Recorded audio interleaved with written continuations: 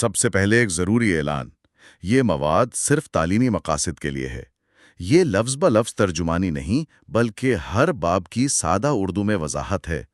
Voice over کے لیے اے آئی tools کا استعمال کیا گیا ہے، اس لیے تلفظ میں کچھ غلطیاں ہو سکتی ہیں۔ دی ڈیپ ڈائیو میں خوش آمدید۔ آج ہم ایک ایسی کتاب پر بات کر رہے ہیں جس کا مرکزی خیال بہت طاقتور ہے اور شاید تھوڑا پریشان کن بھی۔ بالکل۔ کتاب ہے مارک فشر کی کیپٹلسٹ ریئلزم، از دیر نو آلٹرنیٹو، یعنی سرمایہ دارانہ حقیقت پسندی، کیا کوئی متبادل نہیں؟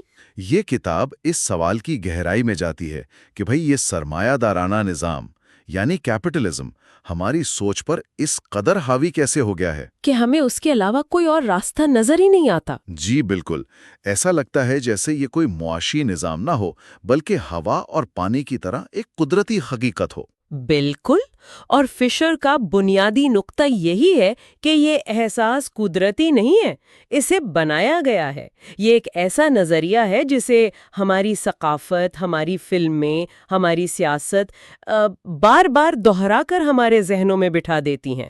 یہاں تک کہ یہ ایک عام فہم یعنی کامن سینس کی بات لگنے لگتی ہے۔ جی، اور کتاب اسی ذہنی پنجرے کو سمجھنے کی کوشش کرتی ہے جس میں ہم سب شاید قید ہیں۔ اور جو مصنف ہیں مارک فشر، وہ بھی کوئی روایتی پروفیسر نہیں تھے۔ وہ ایک برطانوی کلچرل تھیورسٹ اور نقاد تھے جن کی خاص بات یہ تھی کہ وہ فلسفے جیسی پیچیدہ چیزوں کو پاپ کلچر کے ذریعے سمجھاتے تھے۔ فلموں اور موسیقی کے ذریعے؟ جی، ان کی تحریروں میں اکثر جدید زندگی سے پیدا ہونے والی بے چینی اور نا امیدی کا ذکر ملتا ہے، جس کی وجہ سے بہت سے لوگ ان سے جڑ پاتے ہیں۔ میں فشر دو بڑے اور چونکا دینے والے خیالات پیش کرتے ہیں۔ پہلا خیال تو شاید بہت سے سننے والوں نے سنا بھی ہوگا، دنیا کے خاتمے کا تصور کرنا سرمایہ داری کے خاتمے کے تصور سے زیادہ آسان ہے۔ اور دوسرا ایک سوال کی شکل میں ہے، کیا ہو اگر آپ ایک احتجاج کریں اور سب لوگ اس میں شامل ہو جائیں؟ بظاہر یہ ایک کامیابی لگتی ہے، لیکن فشر اس میں ایک گہرا مسئلہ دیکھتے ہیں۔ ٹھیک ہے، تو آئیے پہلے خیال سے شروع کرتے ہیں، کیونکہ یہ واقعی ایک بہت طاقتور سوچ ہے۔ دنیا کا خاتمہ سوچنا آسان ہے، لیکن سرمایہ داری کا خاتمہ سوچنا مشکل۔ مطلب ہم ہر روز ایسی فلمیں دیکھتے ہیں جن میں دنیا تباہ ہو رہی ہوتی ہے، زومبیز آ جاتے ہیں یا کوئی سیارچہ ٹکرا جاتا ہے۔ لیکن ان فلموں میں بھی تباہی کے بعد لوگ کسی نہ کسی کرنسی کے لیے لڑ رہے ہوتے ہیں۔ وہی تو، ایسا کیوں ہے کہ ہمارا تخیل، ہماری امیجنیشن ایک مختلف معاشی نظام کا تصور بھی نہیں کر پاتی؟ فشر اس نقطے کو سمجھانے کے لیے 2006 کی ایک بہت ہی شاندار فلم چلڈرن آف مین کی مثال دیتے ہیں۔ فلم کا پس منظر یہ ہے کہ دنیا میں انسانوں نے بچے پیدا کرنے کی صلاحیت کھو دی ہے۔ 18 سال سے کوئی نیا بچہ پیدا نہیں ہوا۔ اچھا، یہ بانجھ پن یا انفرٹیلٹی صرف حیاتیاتی نہیں ہے، بلکہ یہ ایک استعارہ ہے، ایک میٹافر۔ یہ دراصل ثقافتی بانجھ پن، کلچرل اسٹیڈلٹی کی علامت ہے۔ یعنی ایک ایسا معاشرہ جو کچھ بھی نیا پیدا کرنے کی صلاحیت کھو چکا ہے۔ بالکل، مستقبل ختم ہو چکا ہے اور اب صرف حال کو جتنا ہو سکے کھینچا جا رہا ہے۔ یہ تو بہت دلچسپ نکتہ ہے۔ تو فلم میں اس ثقافتی بانجھ پن کو دکھایا کیسے گیا ہے؟ اس کا سب سے طاقتور منظر وہ ہے جب فلم کا مرکزی کردار لندن میں ایک محفوظ عمارت میں جاتا ہے۔ اس عمارت میں دنیا کے عظیم ترین فن پارے جیسے مائیکل اینجلو کا مجسمہ، ڈیوڈ اور پکاسو کی پینٹنگ گورنیکا ایک امیر آدمی کے ذاتی میوزیم کی طرح سجا کر رکھے گئے ہیں، اپنی اصل جگہوں سے اکھاڑ کر۔ جی، وہ اب تاریخ یا ثقافت کا زندہ حصہ نہیں ہے، بلکہ صرف قیمتی اشیاء بن کر رہ گئے ہیں، نمائش کی چیزیں۔ یہ تو ایک بہت ہی خوفناک تصویر ہے نا؟ مطلب جب مستقبل کی کوئی امید نہ ہو تو ماضی بھی صرف ایک جمع کی ہوئی چیز، ایک کلیکشن بن کر رہ جاتا ہے، اس کا کوئی زندہ مطلب نہیں رہتا۔ صحیح پکڑا آپ نے، یہ ایسا ہی ہے جیسے تاریخ ایک میوزیم میں قید ہو گئی ہو اور اس سے آگے کچھ ہے ہی نہیں۔ اور فشر کے مطابق کیپٹلسٹ ریئلزم یہی کرتا ہے۔ بالکل، سرمایہ دارانہ حقیقت پسندی یہی کرتی ہے۔ یہ تاریخ کی ہر چیز کو، ہر نظریے کو، ہر ثقافت کو اپنے اندر جذب کر لیتی ہے اور اس پر ایک قیمت کا ٹھپا لگا دیتی ہے، چاہے وہ مذہبی علامات ہوں یا انقلابی پوسٹر۔ جی، یا خود کارل مارکس کی کتاب دانس کیپٹل ہو۔ ہر چیز بازار میں بکنے والی ایک شے، ایک کموڈٹی بن جاتی ہے۔ اور اس سے ان چیزوں کے اصل معنی ختم ہو جاتے ہیں۔ مطلب اگر چے گوارا کی تصویر صرف ایک ٹی شرٹ پر چھپنے والا ڈیزائن ہے تو اس کے پیچھے جو انقلاب کا نظریہ تھا اس کی طاقت تو ختم ہو جاتی ہے۔ بالکل، مارکس اور اینگلز نے بھی کہا تھا کہ سرمایہ داری ہر مقدس چیز کو خود غرضانہ حساب کتاب کے ٹھنڈے پانی میں ڈبو دیتی ہے۔ فشر کے مطابق جب تمام عقائد اپنی طاقت کھو دیتے ہیں تو پیچھے صرف صارف تماشائی یعنی کنزیومر سپیکٹیٹر رہ جاتا ہے۔ ایک ایسا شخص جو ان تاریخی کھنڈرات کے درمیان گھومتا ہے اور صرف ان کی قیمت دیکھتا ہے، ان کا مطلب نہیں۔ جی، اسے گہرے مطلب سے کوئی سروکار نہیں ہوتا۔ ٹھیک ہے، تو یہ نظام ہماری سوچ اور تاریخ کو ایک میوزیم میں قید کر دیتا ہے۔ لیکن یہاں ایک بڑا سوال پیدا ہوتا ہے، اگر یہ نظام اتنا مایوس کن ہے تو یہ اپنی گرفت کیسے برقرار رکھتا ہے؟ لوگ اس کے خلاف بغاوت کیوں نہیں کرتے؟ یا جو بغاوت ہمیں نظر آتی ہے کیا وہ بے اثر ہے؟ ہاں، یہ بھی ایک سوال ہے۔ یہیں پر فشر اپنا دوسرا بڑا تصور پیش کرتے ہیں جسے وہ پری کارپوریشن کہتے ہیں۔ یہ سمجھنا بہت ضروری ہے۔ ماضی میں جیسے 60 اور 70 کی دہائی میں جب کوئی باغیانہ تحریک اٹھتی تھی تو سرمایہ داری اسے کچھ عرصے بعد اپنے اندر جذب کر لیتی تھی۔ اسے انکارپوریشن کہتے ہیں۔ جیسے ہپی تحریک کی علامتیں بعد میں فیشن بن گئیں، یعنی پہلے بغاوت ہوتی تھی اور پھر سسٹم اسے ایک پروڈکٹ بنا لیتا تھا۔ جی، لیکن فشر کہتے ہیں کہ اب سسٹم اس سے بھی ایک قدم آگے چلا گیا ہے۔ اب وہ بغاوت ہونے کا انتظار ہی نہیں کرتا، وہ ہماری خواہشات اور امنگوں کو پہلے سے ہی سرمایہ دارانہ ثقافت کے سانچے میں ڈھال دیتا ہے۔ اس سے پہلے کہ وہ کوئی حقیقی باغیانہ شکل اختیار کرے۔ بالکل، اسے پری کارپوریشن کہتے ہیں، یعنی پہلے سے ہی جذب کر لینا۔ یہ تو بہت گہری بات ہے۔ مطلب سسٹم اب بغاوت پر رد عمل نہیں دیتا، بلکہ وہ بغاوت کی خواہش کو ہی پہلے سے کنٹرول کر لیتا ہے۔ اس کی کوئی واضح مثال مجھے یہ سمجھنے میں تھوڑی مشکل ہو رہی ہے۔ اس کی بہترین مثال متبادل یعنی آلٹرنیٹیو یا آزاد یعنی انڈیپینڈنٹ ثقافت ہے۔ ایک زمانے میں یہ الفاظ مین سٹریم کے خلاف ایک حقیقی بغاوت کی علامت تھے۔ اور آج آلٹرنیٹیو میوزک یا انڈی فلم خود بڑے بڑے برانڈز ہیں جو مارکیٹ میں بیچے جاتے ہیں۔ یہ اب صرف مختلف سٹائلز ہیں، کوئی حقیقی سیاسی بغاوت نہیں۔ یہ پہلے سے ہی سسٹم کا حصہ بن کر مارکیٹ میں آتے ہیں۔ اور اس کی سب سے المناک مثال شاید کورٹ کوبن اور اس کا بینڈ نروانا ہے۔ وہ واقعی سسٹم کے خلاف تھے، لیکن ان کا غصہ اور ان کی میوزک ہی ان کی سب سے بڑی کمرشل کامیابی بن گئی۔ بالکل، فشر کے لیے کوبن ایک کلیدی شخصیت ہے۔ کوبن کو اس بات کا شدید احساس تھا کہ وہ ایک المناک تضاد میں پھنس گیا ہے۔ وہ جانتا تھا کہ اس کا ہر اقدام، اس کا ہر احتجاج پہلے سے ہی طے شدہ ہے۔ اسے معلوم تھا کہ ایم ٹی وی پر سب سے زیادہ وہی چیز بکتی ہے جو بظاہر ایم ٹی وی کے خلاف ہو۔ جی، اسے یہ احساس کھائے جا رہا تھا کہ اس کی کامیابی کا مطلب ہی اس کی ناکامی ہے، کیونکہ اس کا غصہ بھی سسٹم کے لیے ایک نیا چارہ بن گیا تھا جسے بیچ کر پیسہ کمایا جا سکتا تھا۔ تو کوبن کی موت کے بعد کیا یہ سلسلہ رک گیا یا اس نے کوئی نئی شکل اختیار کر لی؟ یہ اور زیادہ واضح ہو گیا۔ فشر کے مطابق کوبین کے بعد ہپ ہاپ میوزک کا دور آیا، خاص طور پر گینگسٹر ریپ کا۔ جہاں نروانا کی موسیقی میں ایک قسم کی اذیت اور تضاد تھا، وہیں گینگسٹر ریپ نے سرمایہ داری کی سفاکانہ حقیقت کو کھلے عام قبول کر لیا۔ اس کا کیا پیغام تھا؟ پیغام یہ تھا کہ ہاں، دنیا ایک جنگل ہے، یہاں کوئی اصول نہیں، ہر کوئی ہر کسی کے خلاف ہے، یا تو آپ شکاری ہیں یا شکار۔ اور یہی بے رحم حقیقت پسندی مارکیٹ میں بہت زیادہ کامیاب ثابت ہوئی۔ اس نے مزاحمت کا دکھاوا بھی چھوڑ دیا۔ ٹھیک ہے، تو مستند بغاوت جیسے کوبین کی ایک پروڈکٹ بن جاتی ہے، لیکن زیادہ براہ راست تنقید کا کیا؟ ہم ایسی بے شمار فلمیں دیکھتے ہیں جن میں کوئی بڑی کارپوریشن ویلن ہوتی ہے۔ فلم والی ایک بہترین مثال ہے۔ ہاں، جس میں بائے اینڈ لارج نامی کمپنی کو زمین کی تباہی کا ذمہ دار دکھایا گیا ہے۔ جی، کیا ایسی فلمیں سرمایہ داری کے خلاف کوئی حقیقی جذبہ پیدا نہیں کرتی؟ یہ ایک بہت اہم سوال ہے، اور یہ ہمیں فشر کے ایک اور دلچسپ تصور کی طرف لے جاتا ہے۔ بظاہر تو ایسا ہی لگتا ہے کہ یہ فلمیں تنقید کر رہی ہیں، لیکن فشر یہاں ایک فریب کی نشاندہی کرتے ہیں۔ کیسا فریب؟ جب ہم والی دیکھتے ہیں اور اس کی شیطانی کارپوریشن کو برا بھلا کہتے ہیں تو ہم خود کو اچھا محسوس کرتے ہیں.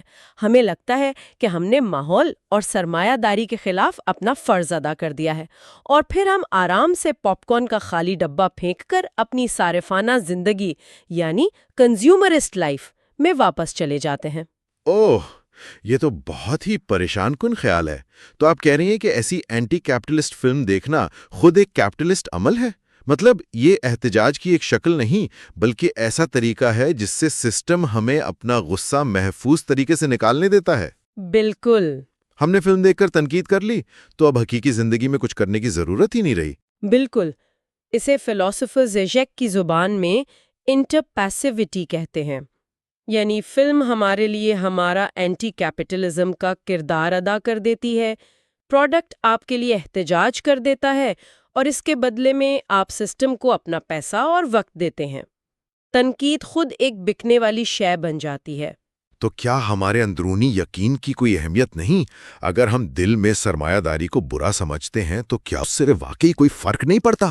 زیزیک کے مطابق جدید سرمایہ داری کو اس بات کی ذرا بھی پرواہ نہیں کہ آپ دل میں کیا مانتے ہیں. جب تک آپ اس نظام میں حصہ لے رہے ہیں، چیزیں خرید رہے ہیں، نوکری کر رہے ہیں، ٹیکس دے رہے ہیں، یہ نظام چلتا رہے گا. اچھا. بلکہ فشر کہتے ہیں کہ دل میں یہ ماننا کہ سرمایہ داری بری ہے دراصل ہمیں اس میں حصہ لینے کی نفسیاتی آزادی دیتا ہے.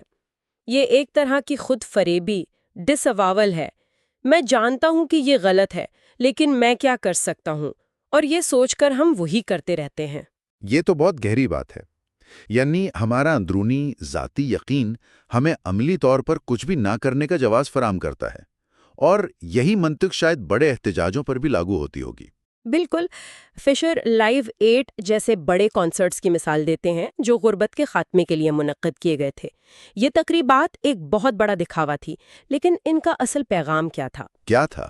یہی کہ غربت جیسے بڑے مسائل کو حل کرنے کے لیے کسی بڑی سیاسی یا نظامی تبدیلی کی ضرورت نہیں، بلکہ آپ انفرادی طور پر اچھے کام کر سکتے ہیں، جیسے بونو کی پروڈکٹ ریڈ برانڈ کی چیزیں خریدیں. یعنی مسئلہ کا حل بھی صارفیت، کنزیومرزم کے ذریعے ہی پیش کیا جا رہا تھا. دنیا بدلنا چاہتے ہو تو یہ مخصوص فون، یہ جوتے خریدو. جی بالکل. اس طرح تو نظام کو چیلنج کرنے کے بجائے اسے مزید مضبوط کیا جا رہا ہے. یہ ایک بہت بڑا فریب ہے. یہ ہمیں یقین دلاتا ہے کہ صارفیت بذات خود ایک حل ہے، مسئلہ نہیں. آپ کو بس صحیح چیزیں خریدنی ہیں. بالکل. اس طرح تبدیلی کی اصل سیاسی خواہش کو محفوظ اور منافع بخش راستوں کی طرف موڑ دیا جاتا ہے. تو آج کی اس گفتگو کو سمیٹتے ہیں. آج ہم نے جو کچھ بھی سمجھا ہے اس کا خلاصہ یہ ہے کہ سرمایہ داری کی طاقت صرف معاشی نہیں ہے.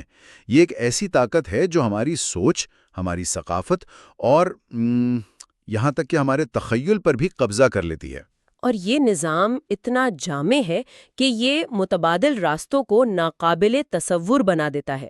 اور اس سے بھی بڑھ کر یہ ہمارے احتجاج اور ہماری تنقید کو بھی اپنے فائدے کے لیے استعمال کر لیتا ہے. جی، اگر ہم اسے بڑی تصویر سے جوڑیں تو فشر نے ان پہلے 2 ابواب میں اس ذہنی پنجرے کی نشاندہی کی ہے جس میں ہم رہتے ہیں. انہوں نے دکھایا ہے کہ یہ پنجرہ کیسے کام کرتا ہے. کتاب کے اگلے حصوں میں وہ ان نفسیاتی، ثقافتی اور سیاسی قوتوں کا مزید گہرائی سے جائزہ لیں گے جو اس پنجرے کو قائم رکھتی ہیں، جیسے بیوروکریسی، ذہنی صحت کے مسائل اور تعلیم کا نظام. جی. اور جاتے جاتے ہم اپنے سننے والوں کے لیے ایک سوال چھوڑ کر جا رہے ہیں. سوچنے کی بات یہ ہے کہ اگر ہماری فلمیں، ہماری موسیقی، ہماری تنقید اور یہاں تک کہ ہمارے بڑے بڑے احتجاج بھی اسی سسٹم کا حصہ بن کر اسے مضبوط کرتے ہیں، تو پھر حقیقی تبدیلی کی امید کہاں سے آئے گی؟ کیا اس پنجرے سے باہر نکلنے کا کوئی راستہ ہے؟ شاید پہلا قدم صرف اتنی خواہش پیدا کرنا ہو کہ ہم کچھ مختلف سوچیں، بھلے ہی ہم ابھی یہ تصور نہ کر پائیں کہ وہ مختلف کیسا ہوگا.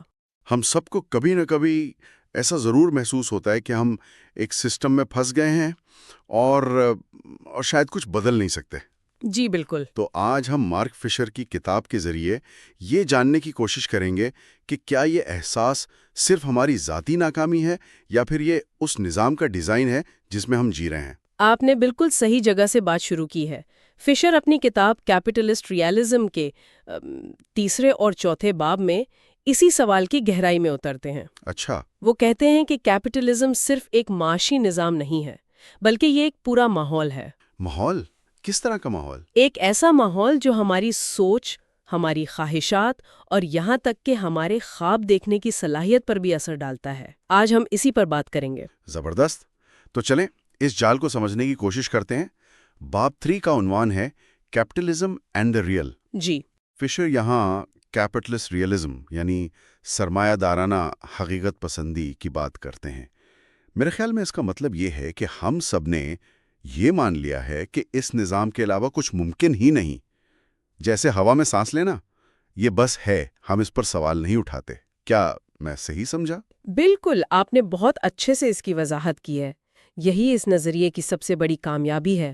اور فشر کہتے ہیں کہ یہ کوئی اتفاق نہیں ہے۔ نہیں، بالکل نہیں، یہ ایک سوچی سمجھی حکمت عملی کا نتیجہ ہے۔ کیپٹلسٹ ریئلزم ایک ایسی غیر مرئی دیوار کی طرح ہے جو ہماری سوچ کے ارد گرد کھینچ دی گئی ہے۔ اور ہمیں لگتا ہے کہ اس دیوار کے پار کچھ ہے ہی نہیں۔ جی، اور ہمیں یہ یقین دلایا جاتا ہے کہ کیپٹلزم کے متبادل کے بارے میں سوچنا اتنا ہی فضول ہے جتنا یہ سوچنا کہ انسان اڑ سکتا ہے۔ بالکل وہی۔ یعنی یہ صرف ایک سیاسی نظریہ نہیں بلکہ اس سے کہیں زیادہ گہری چیز ہے۔ جی ہاں، فشر کہتے ہیں کہ پچھلے 30-40 سالوں میں ایک چیز قائم ہوئی ہے جسے وہ بزنس آنٹولوجی کہتے ہیں۔ کوئی روزمرہ کی مثال دے سکتے ہیں؟ بالکل، مثال کے طور پر جب یونیورسٹیاں طالب علموں کو کسٹمر اور ڈگریوں کو پروڈکٹ کہنے لگے، ہاں، یہ تو آج کل بہت عام ہے۔ یا جب اسپتال مریضوں کے علاج سے زیادہ منافع پر توجہ دیں، تو سمجھ لیں کہ یہ بزنس آنٹولوجی کام کر رہی ہے۔ تعلیم، صحت، رشتے، ہر چیز کو منافع اور نقصان کے پیمانے پر پرکھا جانے لگا ہے۔ بالکل یہی وہ حقیقت ہے جو ہمیں بیچی گئی ہے۔ یہ تو بہت دلچسپ بات ہے۔ فشر یہ بھی کہتے ہیں کہ جو آج حقیقت پسند آنا یعنی ریئلسٹک لگتا ہے وہ کل تک ناممکن سمجھا جاتا تھا۔ جی، جیسے 1980 کی دہائی میں سرکاری اداروں کو بیچنا یعنی نجی کرن، اس سے 10 سال پہلے کوئی اس کا تصور بھی نہیں کر سکتا تھا۔ بالکل، اور اس کا الٹ بھی سچ ہے۔ جو چیزیں پہلے بالکل ممکن سمجھی جاتی تھیں، جیسے مضبوط ٹریڈ یونینز یا مفت اعلیٰ تعلیم، آج انہیں غیر حقیقی خواب سمجھا جاتا ہے۔ جی، اور فشر کہتے ہیں کہ اسی وجہ سے کیپٹلزم پر اخلاقی تنقید اب کام نہیں کرتی۔ اگر آپ غربت، بھوک یا ماحولیاتی تباہی کی بات کریں تو نظام کا جواب ہوتا ہے، ہاں یہ افسوسناک ہے لیکن یہی حقیقت ہے۔ یعنی اس کا کوئی متبادل نہیں ہے۔ بالکل، وہ اپنی سب سے بڑی ناکامیوں کو بھی حقیقت کا ایک لازمی حصہ بنا کر پیش کرتا ہے۔ یہیں پر فشر ایک فرانسیسی ماہر نفسیات ژاک لاکان کے ایک بہت گہرے تصور کا ذکر کرتے ہیں۔ جی، حقیقت یعنی ریالٹی اور اصل یعنی دا ریئل کا فرق۔ ہاں، یہ تھوڑا پیچیدہ لگتا ہے، اسے کیسے سمجھا جائے؟ دیکھیں، اسے سمجھنے کے لیے ایک مثال لیتے ہیں۔ فرض کریں ایک خاندان ہے جو سوشل میڈیا پر ہمیشہ خوش باش تصویریں لگاتا ہے۔ اچھا، بہترین کپڑے، ہنستے مسکراتے چہرے، یہ ان کی بنائی ہوئی ریالٹی ہے، وہ کہانی جو وہ دنیا کو اور خود کو سناتے ہیں۔ ٹھیک ہے۔ لیکن کیمرے کے پیچھے جو خاموش تناؤ، جو مالی پریشانیاں، جو انکہی لڑائیاں ہیں، وہ دی ریئل ہے، وہ تکلیف دہ سچائی جسے ہر کوئی نظر انداز کرنے کی کوشش کرتا ہے۔ ارے واہ، یہ تو بہت اچھی مثال ہے۔ تو فشر کے مطابق کیپٹلزم کا دی ریئل کیا ہے؟ فشر اس کی 3 بڑی مثالیں دیتے ہیں۔ پہلی ہے ماحولیاتی تباہی۔ ٹھیک ہے۔ کیپٹلزم کی بنائی ہوئی ریالٹی یہ ہے کہ ترقی لامحدود ہے، وسائل کبھی ختم نہیں ہوں گے اور ہر مسئلے کا حل مارکیٹ نکال لے گی۔ ہاں، یہی کہا جاتا ہے۔ لیکن دی ریئل یہ ہے کہ یہ نظام مسلسل منافع کمانے کے لیے سیارے کو تباہ کرنے پر مجبور ہے، اور ایک دن یہ تباہی اس کی بنائی ہوئی خوبصورت تصویر کو پھاڑ کر باہر آ جائے گی۔ اور دوسری مثال ذہنی صحت کی ہے جو آج کل بہت زیادہ زیر بحث ہے۔ جی، کیپٹلزم کی ریالٹی یہ ہے کہ ذہنی بیماریاں جیسے ڈپریشن یا اینگزائٹی ایک انفرادی مسئلہ ہیں۔ یعنی آپ کا ذاتی مسئلہ ہے، سسٹم کا نہیں۔ بالکل، کہ آپ کے دماغ میں کیمیکل کا مسئلہ ہے، آپ کی ذاتی کمزوری ہے۔ لیکن دی ریئل کیا ہے؟ فشر مصنف اولیور جیمز کا حوالہ دیتے ہوئے کہتے ہیں کہ پچھلی چند دہائیوں میں ذہنی بیماریوں کا جو دھماکہ ہوا ہے، اس کا سیدھا تعلق نیو لبرل کیپٹلزم کے بڑھتے ہوئے دباؤ سے ہے۔ جی، غیر یقینی مستقبل اور مقابلے کی فضا سے ہے۔ جب لاکھوں نوجوان ایک ہی طرح سے بیمار محسوس کر رہے ہوں تو مسئلہ فرد میں نہیں، سسٹم میں ہوتا ہے۔ سسٹم خود بیمار ہے۔ لیکن ایک منٹ، تیسری مثال جو وہ دیتے ہیں وہ بیوروکریسی کی ہے۔ یہ بات تھوڑی عجیب ہے۔ نیو لبرلزم کا تو سارا نعرہ ہی کم حکومت، زیادہ آزادی اور سرخ فیتے کا خاتمہ تھا۔ وعدہ تو یہی تھا۔ تو پھر آپ کہہ رہی ہیں کہ بیوروکریسی الٹا بڑھ گئی ہے؟ یہ کیسے ممکن ہے؟ یہی تو فشر کا کمال ہے کہ وہ اس تضاد کو پکڑتے ہیں۔ انہوں نے وعدہ کیا تھا کہ مارکیٹ ہر چیز کو آسان اور مؤثر بنا دے گی اور پرانی طرز کی کاغذی کارروائی ختم ہو جائے گی۔ لیکن ایسا ہوا نہیں۔ نہیں، حقیقت میں ایسا نہیں ہوا۔ بیوروکریسی ختم نہیں ہوئی، بس اس نے اپنی شکل بدل لی ہے۔ اچھا، کس طرح کی شکل؟ اب یہ لاتعداد meetings, performance reviews, targets, audits اور ہر چیز کو دستاویزی شکل دینے کی صورت میں موجود ہے۔ اس کا مقصد کام کو بہتر بنانا نہیں، بلکہ صرف یہ دکھانا ہے کہ کام ہو رہا ہے۔ بالکل، یہ دکھاوے کی بیوروکریسی ہے جو پہلے سے کہیں زیادہ تھکا دینے والی ہے۔ تو یہ بہت دلچسپ ہے کہ یہ نظام اپنی سب سے بڑی خامیوں کو ایک قدرتی حقیقت بنا کر پیش کرتا ہے، لیکن اس کا ہم پر یعنی عام انسانوں پر نفسیاتی طور پر کیا اثر ہوتا ہے؟ آپ نے بالکل صحیح سوال پوچھا ہے۔ فشر اسی سوال کا جواب باب 4 میں دیتے ہیں، جس کا عنوان ہے ریفلیکسو امپوٹنس۔ ریفلیکسو امپوٹنس یعنی انعکاسی بے بسی، یہ کیا چیز ہے؟ اس کا مطلب ہے کہ لوگ، خاص طور پر نوجوان، یہ اچھی طرح جانتے ہیں کہ حالات خراب ہیں۔ ہاں، علم تو ہے سب کو۔ وہ ماحولیاتی تبدیلی کو سمجھتے ہیں، وہ معاشی ناانصافی کو دیکھتے ہیں، لیکن ساتھ ہی وہ یہ بھی جانتے ہیں کہ وہ اس کے بارے میں کچھ نہیں کر سکتے۔ اچھا، یہ بے حسی یا لاپرواہی یعنی ایپتھی نہیں ہے، یہ اس سے زیادہ گہری چیز ہے۔ یہ بے بسی کا ایک ایسا احساس ہے جو آپ کو عمل کرنے سے پہلے ہی روک دیتا ہے۔ اور یہ ایک طرح کی خود کو پورا کرنے والی پیشنگوئی بن جاتی ہے۔ بالکل، سیلف فلفلنگ پروفیسی۔ کیونکہ مجھے یقین ہے کہ میں کچھ نہیں بدل سکتا، اس لیے میں کوشش بھی نہیں کرتا اور اس وجہ سے کچھ بھی نہیں بدلتا۔ یہ ڈپریسو ہیرونیا والی بات تو بہت گہری ہے اور آج کل بہت نظر آتی ہے۔ فشر اسے ڈپریشن کی ایک قسم کہتے ہیں نا؟ جی، وہ کہتے ہیں کہ یہ ایک ایسی حالت ہے جس میں انسان خوشی حاصل کرنے کی صلاحیت سے محروم نہیں ہوتا، بلکہ وہ خوشی کے حصول کے علاوہ کچھ اور کرنے کی صلاحیت کھو دیتا ہے۔ یعنی خوشی کی تلاش میں ہم اصل خوشی سے ہی دور ہو گئے ہیں۔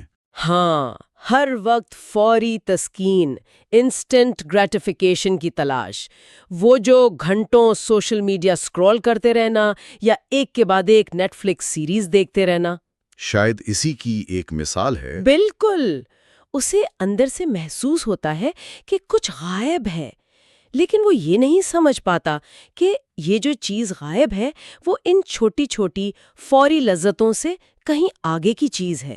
فشر اپنے کالج میں پڑھانے کے تجربات بھی بتاتے ہیں کہ کس طرح طلباء نظم و ضبط کے پرانے تصور کو نہیں مانتے۔ جی، وہ کلاس میں کھاتے ہیں، فون استعمال کرتے ہیں، آپس میں باتیں کرتے ہیں۔ جی، اور اس کی وجہ یہ نہیں کہ وہ برے ہیں، بلکہ اس لیے کہ پورا نظام بدل گیا ہے۔ کالج اب علم کی جگہ نہیں رہا، وہ ایک سروس پرووائڈر بن گیا ہے۔ یعنی یہ کاروبار۔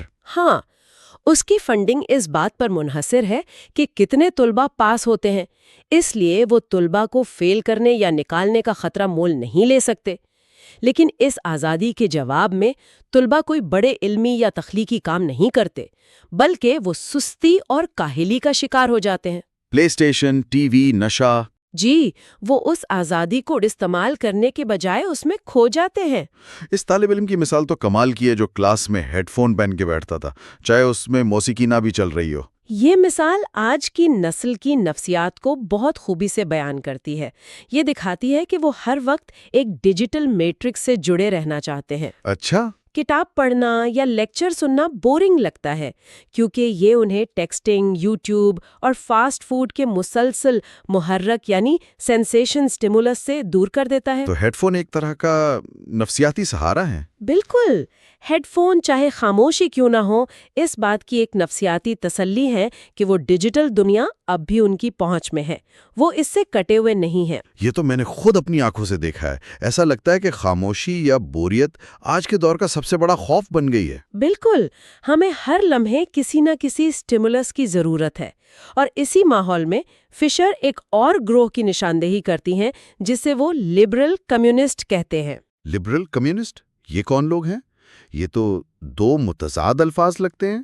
فشر کے مطابق یہ آج کے دور کے کامیاب ترین سرمایہ دار ہیں، جیسے بل گیٹس یا جارج سوروس۔ اچھا، یہ وہ لوگ ہیں جو ایک طرف تو بے تحاشا منافع کماتے ہیں، لیکن دوسری طرف سماجی ذمہ داری، ماحولیاتی تبدیلی اور غربت کے خاتمے کی باتیں بھی کرتے ہیں۔ تو یہ ایسا ہے جیسے کوئی کمپنی ایک ہاتھ سے ماحول کو آلودہ کرے اور دوسرے ہاتھ سے درخت لگانے کی مہم پر چندے دے۔ آپ نے بالکل صحیح سمجھا، وہ خیرات یعنی چیریٹی اور فاؤنڈیشنز کے ذریعے کیپٹلزم کی پیدا کردہ تباہی پر مرہم رکھنے کی کوشش کرتے ہیں۔ وہ کہتے ہیں کہ ہم منافع بھی کمائیں گے اور دنیا کو بہتر بھی بنائیں گے۔ جی، سلووینیائی فلسفی زیزک کا حوالہ دیتے ہوئے فشر کہتے ہیں کہ یہ کوئی چھوٹی موٹی اصلاحی تحریک نہیں ہے، بلکہ یہ آج کے کیپٹلزم کا غالب نظریہ، ڈومیننٹ آئیڈیالوجی ہے۔ یعنی یہ نظام کو چیلنج نہیں کرتا؟ نہیں، بلکہ اسے ایک انسانی، ہمدرد چہرہ دے کر اور زیادہ مضبوط بناتا ہے۔ تو ایک طرف وہ نوجوان ہیں جو انعکاسی بے بسی کا شکار ہیں اور تبدیلی کی امید کھو چکے ہیں، جی، اور دوسری طرف یہ لبرل کمیونسٹ ہیں جو نظام کو ایک اچھا ماسک پہنا کر اسے قائم رکھنا چاہتے ہیں۔ یہ تو ایک مکمل تصویر بنتی ہے۔ جی ہاں، یہ ایک مکمل تصویر ہے، اور آخر میں فشر اس تصویر کو مکمل کرنے کے لیے ماہر معاشیات ڈیوڈ ہاروے کا حوالہ دیتے ہیں۔ اچھا، وہ کیا کہتے ہیں؟ ہاروے کہتے ہیں کہ نیو لبرلزم، جسے 1980 کی دہائی میں متعارف کرایا گیا، کوئی نیا یا انقلابی معاشی نظریہ نہیں تھا، بلکہ یہ امیر طبقے کی طاقت اور مراعات کی بحالی یعنی ریسٹوریشن کا ایک منصوبہ تھا۔ بحالی؟ جی، مطلب جو طاقت ان سے چھن گئی تھی اسے واپس لانا؟ بالکل۔ ہاروے کے اعداد و شمار دکھاتے ہیں کہ 1970 کی دہائی کے بعد امریکہ میں امیر ترین 1% کی آمدنی آسمان کو چھونے لگی، جبکہ عام مزدور کی تنخواہ وہیں کی وہیں رہی، یہ کم ہوئی۔ یہ تو بہت بڑا فرق ہے۔ جی، یہ ظاہر کرتا ہے کہ طبقاتی جنگ لڑی گئی، لیکن یہ جنگ صرف ایک طرف سے لڑی گئی، اور وہ امیر طبقہ تھا جو جیت گیا۔ تو اگر فشر کی بات کو ایک لائن میں سمجھیں تو سب سے خوفناک بات یہ ہے کہ یہ نظام صرف ہماری نوکریوں یا بینک اکاؤنٹس کو کنٹرول نہیں کر رہا، نہیں، یہ ہمارے ذہنوں پر اس حد تک قابض ہو چکا ہے کہ ہم کسی متبادل کا تصور بھی نہیں کر سکتے۔ اصل جیل ہمارے باہر نہیں، ہمارے اندر بنا دی گئی ہے۔ بالکل، ان ابواب کا یہی مرکزی پیغام ہے۔ انعکاسی بے بسی کے ذریعے یہ نظام ہمیں ذہنی طور پر غیر مسلح کرتا ہے، اور لبرل کمیونسٹ جیسی سوچ کے ذریعے اپنے استحصال کو نیکی اور ہمدردی کے پردے میں چھپاتا ہے۔ فشر ہمیں ان غیر مریض زنجیروں کو پہچاننے کی دعوت دے رہے ہیں، جی، جو ہماری روزمرہ کی زندگیوں کو تشکیل دے رہی ہیں، اور ہمیں یہ احساس دلاتی ہیں کہ کوئی اور راستہ ممکن نہیں ہے۔ تو آخر میں فشر ایک بہت اہم سوال چھوڑ جاتے ہیں۔ کنٹرول پر مبنی اس نئے معاشرے کے خلاف مزاحمت کی نئی شکلیں کیا ہو سکتی ہیں؟ ایک بہت اہم سوال ہے۔ ہم حوصلہ افزائی یعنی موٹیویشن اور بے دلی یعنی ڈی موٹیویشن کے اس چکر سے کیسے باہر نکل سکتے ہیں جہاں نظام کا حصہ نہ بننا صرف سستی اور کاہلی سمجھا جاتا ہے؟ جی، یہ ایک ایسا سوال ہے جو سامعین کو سوچنے پر مجبور کرتا ہے کہ آگے کا راستہ کیا ہو سکتا ہے، اور شاید اسی پر ہم اگلے ابواب میں مزید بات کریں گے۔ آج ہم ایک ایسے سوال کا جواب ڈھونڈنے کی کوشش کر رہے ہیں جو شاید ہم سب کو کبھی نہ کبھی پریشان کرتا ہے، وہ یہ کہ جدید دور میں کام اور زندگی اتنی بے چین اور غیر مستحکم کیوں محسوس ہوتی ہیں؟ ایسا کیوں لگتا ہے کہ ہم مسلسل ایک غیر یقینی کیفیت میں جی رہے ہیں؟ جی، اور ہمارے پاس جو ذرائع ہیں وہ اس بے چینی کی جڑیں دو بہت ہی دلچسپ جگہوں پر تلاش کرتے ہیں۔ پہلی جڑ تو ایک خاص تاریخ ہے، 6 اکتوبر 1979، جب ایک معاشی فیصلے نے ایک طرح سے سب کچھ بدل دیا. اچھا. اور دوسری جڑ ہماری دفتری زندگی کی عجیب و غریب دنیا ہے، جہاں اصل کام سے زیادہ کام کا دکھاوا اہم ہو گیا ہے. تو ایک طرف ذاتی زندگی کا عدم تحفظ اور دوسری طرف کام کی جگہ کی بے معنویت. آئیے ان دونوں کو ایک ایک کر کے کھولتے ہیں اور دیکھتے ہیں کہ یہ ہماری زندگیوں پر کیسے اثر انداز ہوتے ہیں. شروع کرتے ہیں اس خیال سے کہ کسی بھی چیز سے دل نہ لگاؤ. بالکل. اس خیال کو سمجھنے کے لیے ذرا ایک فلم کا حوالہ دیتے ہیں، ہیٹ. اس میں ایک ڈائیلاگ ہے جو شاید اس پورے دور کی بہترین عکاسی کرتا ہے. جا سکو اگر خطرہ محسوس ہو، مطلب کسی چیز سے اتنا گہرا تعلق مت بناؤ کہ اسے چھوڑنا مشکل ہو جائے. ایک گینگسٹر فلم کا ڈائیلاگ ہماری روزمرہ کی زندگی سے کیسے جڑتا ہے؟ یہ تو تھوڑا عجیب لگتا ہے. یہیں پر بات دلچسپ ہو جاتی ہے. ذرائع کے مطابق یہ ڈائیلاگ پرانے اور نئے سرمایہ دارانہ نظام یعنی کیپٹلزم کے فرق کو سمجھنے کے لیے بہترین ہے. پرانی گینگسٹر فلمیں دیکھیں، جیسے دی گاڈ فادر. جی. وہ ایک ایسے دور کی تصویر دکھاتی ہیں جہاں خاندان، وفاداری اور کمیونٹی کی جڑیں بہت گہری تھیں. تب صنعتیں بڑی تھیں، نوکریاں مستحکم تھیں. اس دور کو فورڈزم کہا جاتا ہے. اور ہیٹ کا کردار نیل میکیولی وہ اس سے بالکل مختلف ہے. بالکل. وہ نئے دور یعنی پوسٹ فورڈزم کی علامت ہے. ایک ایسا پیشہ ور شخص جس کی کوئی جڑ نہیں، جو جذباتی طور پر لاتعلق ہے اور ہر وقت حرکت میں رہنے کے لیے تیار ہے. اس کا گروہ وفاداری پر نہیں بلکہ صرف منافع پر قائم ہے. ایک عارضی معاہدہ، کام ختم، تعلق ختم. ٹھیک ہے، تو یہ تو فلموں کی دنیا ہو گئی، لیکن حقیقی دنیا میں ہم گاڈ فادر کے دور سے ہیٹ کے دور میں کیسے پہنچے؟ ذرائع تو ایک خاص دن کی بات کرتے ہیں. جی، 6 اکتوبر 1979. اس دن امریکی فیڈرل ریزرو یعنی ان کے مرکزی بینک نے شرح سود میں 20 پوائنٹس کا اضافہ کیا. یہ ایک بہت بڑا اور اچانک لیا گیا فیصلہ تھا. ایک منٹ، کیا ہم یہ کہہ رہے ہیں کہ ایک مرکزی بینک کے فیصلے نے لوگوں کے رشتوں اور ذاتی زندگیوں پر اثر ڈالا؟ یہ تو ایک بہت بڑا دعویٰ ہے. ذرائع اس نقطے کو کیسے جوڑتے ہیں؟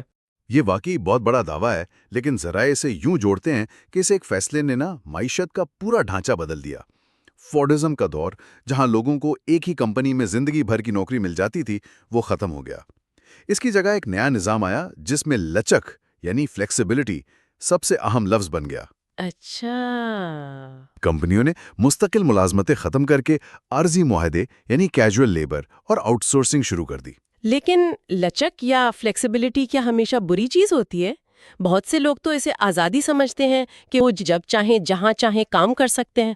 یہ ایک بہترین نکتہ ہے، اور ذرائع اس پر بات کرتے ہیں کہ کیسے لچک کا آئیڈیا بیچا تو آزادی کے نام پر گیا، لیکن حقیقت میں اس کا فائدہ کمپنی کو ہوا اور سارا غیر یقینی پن اور عدم تحفظ کارکن کے حصے میں آیا. مطلب آج جب کوئی کمپنی کہتی ہے کہ ہمیں لچکدار کارکن چاہیے، تو اس کا مطلب ہوتا ہے کہ ہمیں ایسے لوگ چاہیے جو کم وقت کے نوٹس پر کام کریں، اپنی شفٹیں بدلیں اور کسی بھی وقت نوکری ختم ہونے کے لیے تیار ہوں. تو یہ معاشی کی بات ہوئی، لیکن ذرائع کا دعویٰ ہے کہ اس کا اثر ہمارے گھروں تک پہنچ گیا. یہ کیسے ممکن ہے کہ شرح سود بڑھنے سے خاندانوں پر اثر پڑے؟ رچرڈ سینٹ کی تحقیق یہی بتاتی ہے. ان کے مطابق جب معاشی میں کوئی چیز طویل مدتی نہیں رہی تو یہ سوچ ہماری ذاتی زندگیوں میں بھی آ گئی. عزم، بھروسہ، وفاداری، یہ ساری قدریں پرانی اور غیر ضروری لگنے لگی. اس سے خاندانی زندگی پر شدید دباؤ پڑا. اور یہاں ایک تضاد بھی ہے نا؟ جی، ایک بہت بڑا تضاد. سرمایہ داری کو خاندان کی ضرورت بھی ہے تاکہ مزدوروں کی اگلی نسل تیار ہو اور ان کی دیکھ بھال ہو، لیکن ساتھ ہی وہ خاندان کے ڈھانچے کو کمزور بھی کرتی ہے کیونکہ والدین کے پاس بچوں کے لیے وقت ہی نہیں بچتا. اچھا، تو یہ صرف معاشی نہیں بلکہ ایک نفسیاتی مسئلہ بھی بن گیا. یہ تو بہت گہری بات ہے. ذرائع ذہنی صحت کے بارے میں کیا کہتے ہیں؟ ہاں، یہیں پر کرسچن مرازی کی تحقیق آتی ہے. وہ کہتے ہیں کہ پوسٹ فورڈزم کے دور میں بائی پولر ڈس آرڈر جیسے ذہنی مسائل میں اضافہ ہوا. ان کے مطابق سرمایہ داری خود بھی بائی پولر ہے. By polar? مطلب یہ تیزی، بوم اور مندی، بسٹ کے چکروں میں چلتی ہے. کبھی مارکیٹ آسمان پر، ہر طرف جوش اور امید، اور پھر اچانک سب کچھ گر جاتا ہے اور مایوسی چھا جاتی ہے.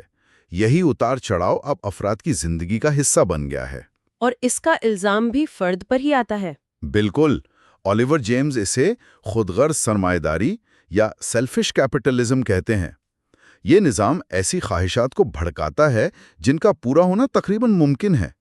ہمیں ہر طرف سے یہ پیغام ملتا ہے کہ کوئی بھی بل گیٹس بن سکتا ہے، محنت کرو تو سب کچھ ممکن ہے۔ لیکن حقیقت میں معاشی ناممواری اتنی بڑھ گئی ہے کہ ایسا ہونا تقریباً ممکن نہیں ہے۔ اور جب کوئی شخص ناکام ہوتا ہے تو نظام پر سوال اٹھانے کے بجائے الزام اسی پر ڈال دیا جاتا ہے کہ تم نے کافی محنت نہیں کی۔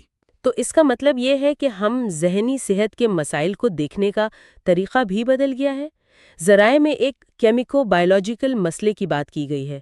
آسان الفاظ میں اس کا کیا مطلب ہے؟ اس کا مطلب یہ ہے کہ ذہنی بیماری کو ایک انفرادی حیاتیاتی مسئلہ بنا کر پیش کیا جاتا ہے۔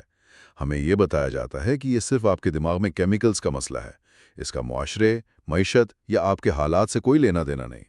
اس سوچ سے اس مسئلے کی سماجی وجوہات جیسے نوکری کا عدم تحفظ، قرض کا بوجھ اور سماجی دباؤ وہ سب نظر انداز ہو جاتی ہیں۔ اور اس سے سرمایہ دارانہ نظام کو کیا فائدہ ہوتا ہے؟ دو بڑے فائدے ہوتے ہیں۔ پہلا، یہ انفرادیت کے نظریے کو مضبوط کرتا ہے کہ ہر شخص اپنے حالات کا خود ذمہ دار ہے، اور دوسرا، یہ دواساز کمپنیوں کے لیے ایک بہت بڑی مارکیٹ بناتا ہے جہاں ہر مسئلے کا حل ایک گولی میں بتایا جاتا ہے۔ ذرائع کا کہنا ہے کہ اصل چیلنج ذہنی بیماری کو دوبارہ سیاسی بنانا ہے، یعنی اس کی سماجی اور معاشی وجوہات کو تسلیم کرنا اور ان پر بات کرنا۔ تو اگر ہماری ذاتی زندگی میں کسی چیز سے نہ جڑنے کا دباؤ ہے تو کیا یہ احساس ہمارے ساتھ دفتر بھی جاتا ہے؟ ذرائع کے مطابق کام کی جگہ پر یہ ایک بالکل نئی اور عجیب شکل اختیار کر لیتا ہے۔ جی ہاں، اور یہاں پر ایک بہت ہی عجیب بات نظر آتی ہے۔ کیا آپ نے کبھی محسوس کیا ہے کہ دفتر میں اصل کام کرنے سے زیادہ وقت میٹنگز، رپورٹس اور فارم بھرنے میں لگ جاتا ہے، صرف یہ دکھانے کے لیے کہ کام ہو رہا ہے؟ ہاں بالکل، ایسا لگتا ہے جیسے ہم سب ایک ڈرامے میں اداکار ہیں اور ہمارا کام بس یہ ثابت کرنا ہے کہ ہم بہت مصروف اور نتیجہ خیز ہیں۔ اصل کام تو جیسے پس منظر میں چلا گیا ہے۔ ذرائع اسی چیز کو ایک بہت ہی چونکانے دینے والا نام دیتے ہیں: مارکیٹ سٹالنزم۔ مارکیٹ سٹالنزم، یہ تو بہت شدید اصطلاح ہے۔ اس کا کیا مطلب ہے؟ اسے سمجھنے کے لیے فلم آفس اسپیس ایک بہترین مثال ہے۔ یہ فلم دکھاتی ہے کہ کس طرح انتظامی کام اصل پیداوار میں رکاوٹ ڈالتا ہے۔ دفتر میں مینیجرز ایک ہی بات پر بار بار میمو بھیجتے ہیں، اور وہ میمو بھی کسی نئے بیوروکریٹک طریقے کے بارے میں ہوتا ہے۔ کام بس بڑھتا جاتا ہے لیکن پیداوار نہیں۔ اس فلم میں وہ ویٹرس والا سین بھی بہت مشہور ہے، جسے اپنی یونیفارم پر کچھ بیجز لگانے ہوتے ہیں۔ جی، وہ فلیئر والا سین۔ اسے کہا جاتا ہے کہ اپنی انفرادیت اور جوش دکھانے کے لیے یونیفارم پر کم از کم 7 بیجز لگاؤ۔ لیکن جب وہ 7 لگا کر آتی ہے تو مینیجر کہتا ہے کہ دیکھو، 7 تو بس کم از کم ہیں، تم اپنی شخصیت کا اظہار کرنا چاہتی ہو، ہے نا؟ اچھا، یہ سین ظاہر کرتا ہے کہ اب صرف آپ کا کام نہیں بلکہ آپ کی تخلیقی صلاحیت، آپ کا جوش اور آپ کی شخصیت بھی کام کا حصہ ہیں، اور انہیں بھی ماپا جاتا ہے۔ یہ فلیئر والی بات مجھے ہر اس کارپوریٹ ای میل کی یاد دلاتی ہے جس میں پیشن اور انرجی دکھانے کو کہا جاتا ہے۔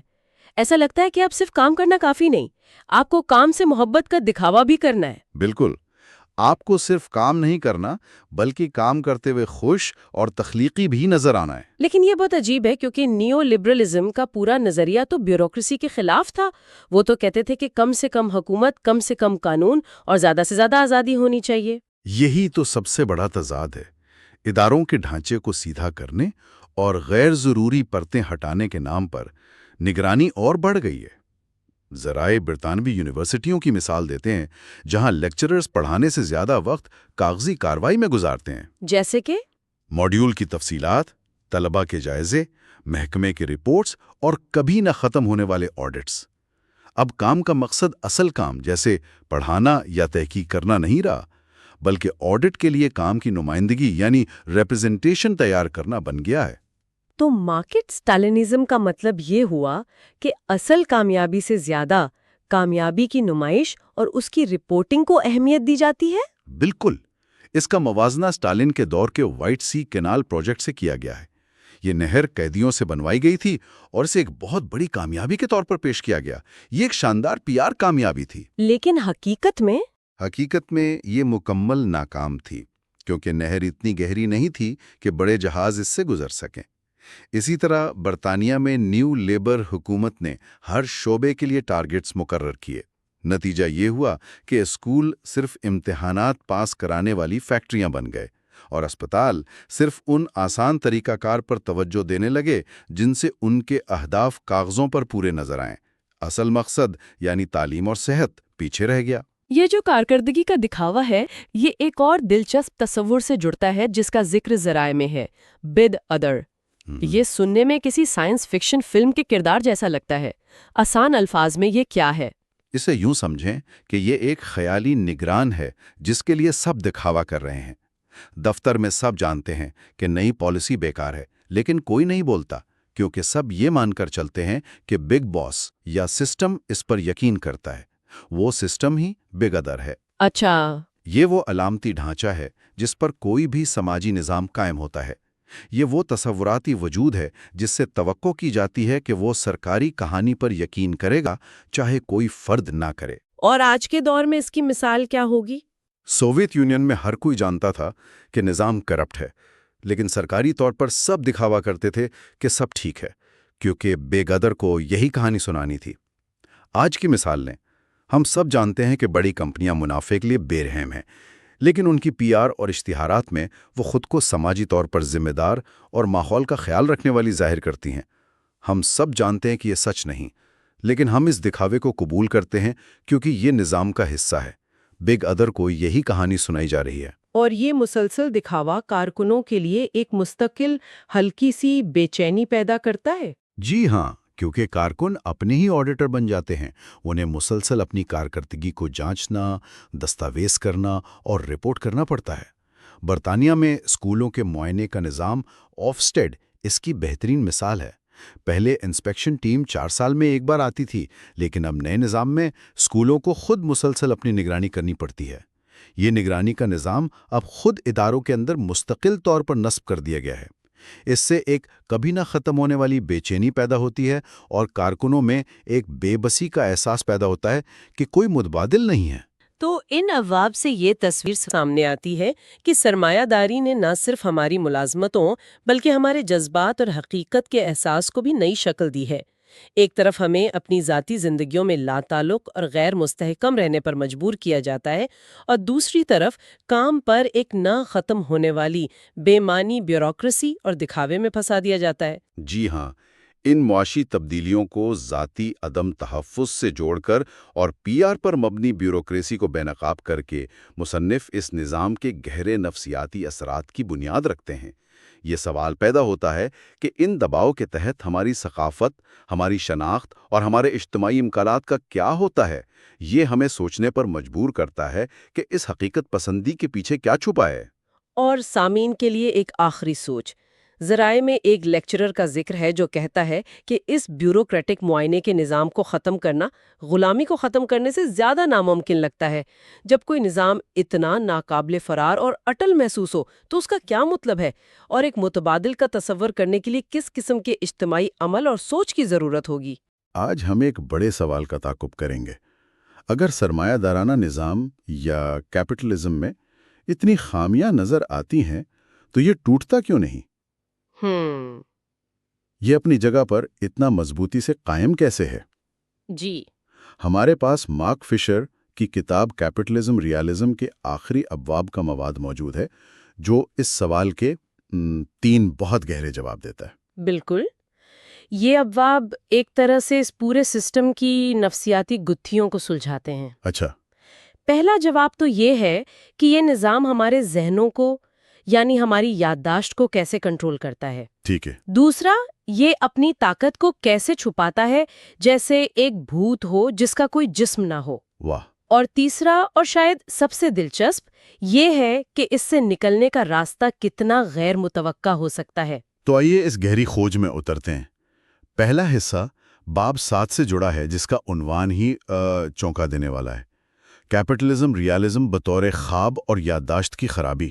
جی، مصنف کا کہنا ہے کہ یہ نظام ایک خواب کی طرح کام کرتا ہے، جہاں حقیقت اور تصورات آپس میں ایسے گھل مل جاتے ہیں کہ ہم بھول ہی جاتے ہیں کہ اس خواب سے باہر بھی کوئی دنیا ہو سکتی ہے۔ جی، اور اس کی سب سے بہترین مثال وہ ایک مڈل مینیجر کی دیتے ہیں جو کارپوریٹ دنیا میں کام کرتا ہے۔ اچھا، وہ ایک میٹنگ میں پورے یقین سے ایک بات کہتا ہے اور اگلے ہی دن جب کمپنی کی پالیسی بدلتی ہے تو وہ اتنے ہی یقین سے اس کے بالکل الٹ بات کر رہا ہوتا ہے۔ مطلب اسے پچھلی بات یاد ہی نہیں؟ یاد ہی نہیں، یا شاید وہ یاد رکھنا ہی نہیں چاہتا۔ مصنف کے مطابق آج کی دنیا میں یہی اچھی مینجمنٹ ہے۔ یعنی ایک ایسی حقیقت کو قبول کر لینا جو مسلسل بدل رہی ہے بنا کسی سوال کے۔ بالکل۔ یہ تو ایک ڈیجیٹل فائل پر کام کرنے جیسا ہوا جہاں کچھ بھی حتمی نہیں ہوتا، آپ بس انڈو کرتے ہیں اور نئی حقیقت کو اپنا لیتے ہیں۔ جی، اور کتاب میں اس کا موازنہ ارسلا لیگین کے ایک science fiction novel the lathe of heaven سے کیا گیا ہے، جہاں ایک کردار کے خواب حقیقت کو بدل دیتے ہیں اور ہر صبح لوگ ایک نئی دنیا میں اٹھتے ہیں اور اسے ایسے قبول کر لیتے ہیں جیسے ہمیشہ سے یہی سچ ہو۔ تو کیا اس نظام میں ٹکے رہنے کے لیے بھول جانا ایک سروائیول سکل بن گیا ہے؟ بالکل، یہ ایک ایڈیپٹیو اسٹریٹجی ہے، یعنی حالات کے مطابق خود کو ڈھالنے کا طریقہ۔ اچھا، جب حقیقت اتنی تیزی سے اور اتنی بار بدلے کہ ہر چیز عارضی لگے تو پرانی باتوں کو یاد رکھنا ایک بوجھ بن جاتا ہے۔ یہ صرف کارپوریٹ مینیجرز تک محدود نہیں، برطانوی سیاستدان گارڈن براؤن نے بھی یہی کیا۔ انہوں نے کیا کیا؟ انہوں نے نیو لیبر پارٹی کے نظریات سے مطابقت رکھنے کے لیے اچانک یہ کہنا شروع کر دیا کہ بزنس تو میرے خون میں ہے، حالانکہ ان کا پورا پس منظر اس کے بالکل برعکس تھا۔ یعنی انہوں نے اپنے لیے ایک نئی یادداشت ایجاد کر لی؟ جی بالکل۔ اور یہ چیز ہمیں کلچر میں بھی نظر آتی ہے، بانڈ سیریز کی فلمیں ہوں یا میمنٹو، جی، ان سب کے مرکزی کردار اپنی یادداشت کھو چکے ہیں، وہ ماضی کے بغیر حال میں جی رہے ہیں۔ اور یہ ایک ایسی سوسائٹی کی عکاسی ہے جو ایک طرف تو ماضی کی نوسٹالجیا یا پرانی یادوں میں کھوئی رہتی ہے، پرانے گانے، پرانی فلمیں، جی، لیکن دوسری طرف کچھ بھی نیا تخلیق کرنے سے قاصر ہے۔ اسی کو فریڈرک جیمنسن کا مشہور پیراڈاکس کہتے ہیں نا؟ بالکل، یہ تضاد بہت دلچسپ ہے۔ ایک طرف ٹیکنالوجی اور معاشرت میں اتنی تیز رفتار تبدیلیاں آ رہی ہیں جو پہلے کبھی نہیں آئیں۔ صحیح۔ دوسری طرف ہمارا کلچر، ہماری زبان، حتیٰ کہ ہمارے احساسات بھی پہلے سے کہیں زیادہ معیاری یا سٹینڈرڈائزڈ ہوتے جا رہے ہیں۔ اس کی کوئی آسان مثال؟ اسمارٹ فونز، ہر سال ایک نیا ماڈل آتا ہے جو سب کچھ بدل دینے کا دعویٰ کرتا ہے، لیکن حقیقت میں تمام فونز دکھنے اور کام کرنے میں ایک جیسے ہی ہوتے جا رہے ہیں۔ واہ، یہ تو بہت اچھا نکتہ ہے۔ تبدیلی اتنی مسلسل اور تیز ہے کہ وہ خود ایک جامد حالت محسوس ہونے لگتی ہے۔ بالکل۔ تو سوال یہ ہے کہ نظام اپنے ان تضادات کو سنبھالتا کیسے ہے؟ یہ کیسے ممکن ہے کہ ایک ہی وقت میں ہر چیز بدل بھی رہی ہو اور کچھ بھی نہ بدل رہا ہو؟ مصنف اسے فرائیڈ کے تصور ڈریم ورک سے جوڑتے ہیں۔ Dream work? جی، جیسے ہمارے خواب بالکل متضاد چیزوں کو ایک ساتھ دکھا کر ایک منطقی کہانی بنا دیتے ہیں، ویسے ہی کیپٹلزم بھی اپنے تضادات کو چھپا لیتا ہے۔ اچھا۔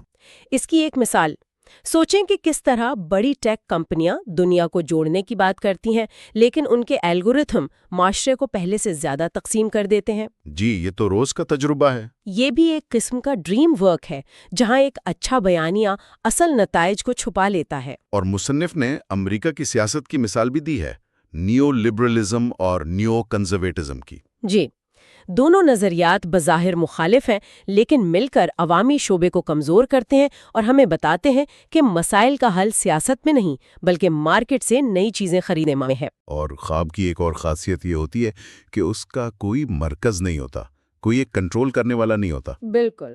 کیا یہی وہ نکتہ ہے جس سے مصنف 8ویں باب میں اٹھا رہے ہیں، جہاں وہ کہتے ہیں کہ اس نظام کا کوئی انچارج نہیں ہے؟ بالکل صحیح پکڑا آپ نے۔ 8واں باب "There's no central exchange" اسی خیال پر مبنی ہے۔ جدید سرمایہ داری کی طاقت اسی بات میں ہے کہ اس کا کوئی ایک کنٹرول سینٹر نہیں ہے۔ فیصلے مارکیٹ کرتی ہے، الگورتھم کرتے ہیں، بیوروکریسی کرتی ہے۔ اور اس سے ایک عجیب احساس پیدا ہوتا ہے کہ کوئی بھی انچارج نہیں ہے۔ جی، اور اس کی وجہ سے غصہ بھی بے سمت ہو جاتا ہے۔